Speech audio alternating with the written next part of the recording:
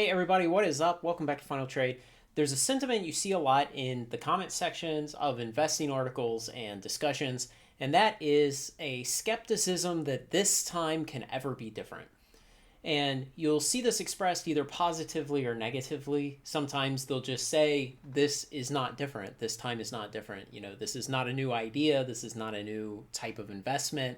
This is not a fundamentally world changing technology or idea. And then you'll see the negative form of it, which is sarcastically expressing, oh, yeah, this time it's different.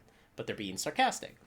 And, for the most part, expressing that is true. Very often things are not different this time when it comes to investment, business, technology, ideas, things that people claim are revolutionary. Most of the time, it is not a new idea, but rarely it is. And that's the concern. The concern is people tend to take to heart that it can never be new, it can never be fundamentally different. And so they'll miss opportunities because they don't have the imagination to ask themselves, is this fundamentally different this time? And so, if a new car dealership opens up in your town, they're not blazing a trail of innovation, right? They're just another new car dealership with the same business model as 100,000 other car dealerships in the country. And what they're betting on is that there is enough market share that can be taken away from other car dealerships, and that maybe they can wring a tiny bit of extra efficiency out of their business model, and that they can survive and make a profit. And really, I mean, that's what I'm doing with Final Trade. I don't think I have any great innovative idea with what I'm doing. I just think there's enough potential addressable market, and that I can steal market share from other people a tiny bit and make some money.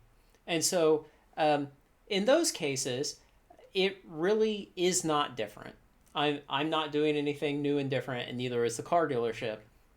But there are a lot of times when companies are doing something different, either in their business model or the technology, the product they're offering. They have some spin that does make it fundamentally different. And it's really hard to look at all of this and look at the world around us and somehow ignore adding a computer to everything. And think about how much that's happened in the last, let's just say 15 years. Because it was about 15 years ago that the first iPhone came out. It was, I think, summer of 2007. And so, at that point, you really put a powerful computer in your pocket. And now, we had kind of semi fancy phones before that, but nothing on the level of the iPhone. And similarly, for the last, say, 30 years, we've been adding computers to everything in our cars. Every component of our cars nowadays is controlled by a computer, and it makes our cars much better. And it's fundamentally changed how they work. Um, Another good example might be a programmable thermostat in your house that controls your air conditioner and heater. And so, if you go back 20 years ago, most of us just had mechanical thermostats that literally just have a piece of copper in them that expands or contracts based on the temperature. And if it expands far enough, it completes a circuit, and that turns on the air conditioner. And so, it was just a dumb mechanical system, but eventually someone said, why don't we put a computer around that? And then you can do things like program your thermostat to turn on or off at certain times of the day, even when you're not there at home to manually do it yourself. And so that fundamentally changed the operation. It really was like a different device now in place of an old mechanical thermostat. And so you can see how adding a computer to things really has fundamentally changed how a lot of things in our lives work.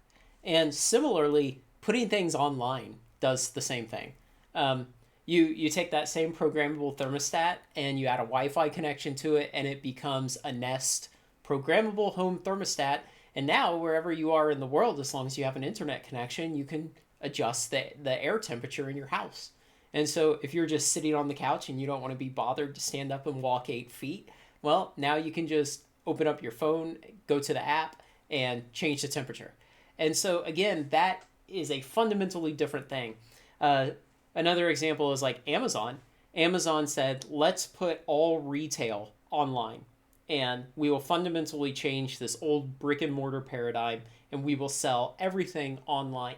And it's really interesting because you can go watch interviews with Jeff Bezos from like 1995, and you can tell the clarity of thought he had on this back then, that he saw this was the way things would eventually go, and he saw that we can truly make something that is different, and he was able to execute all those ideas and become the richest person in history because of it. And so just be aware that it can be different, and sometimes this new different thing, it'll take characteristics of both of those.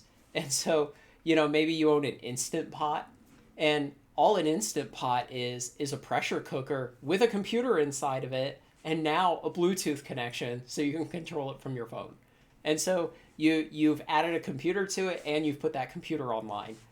And so another good example that I see a lot, because I'm so interested in the investment and business angle of everything, is Bitcoin.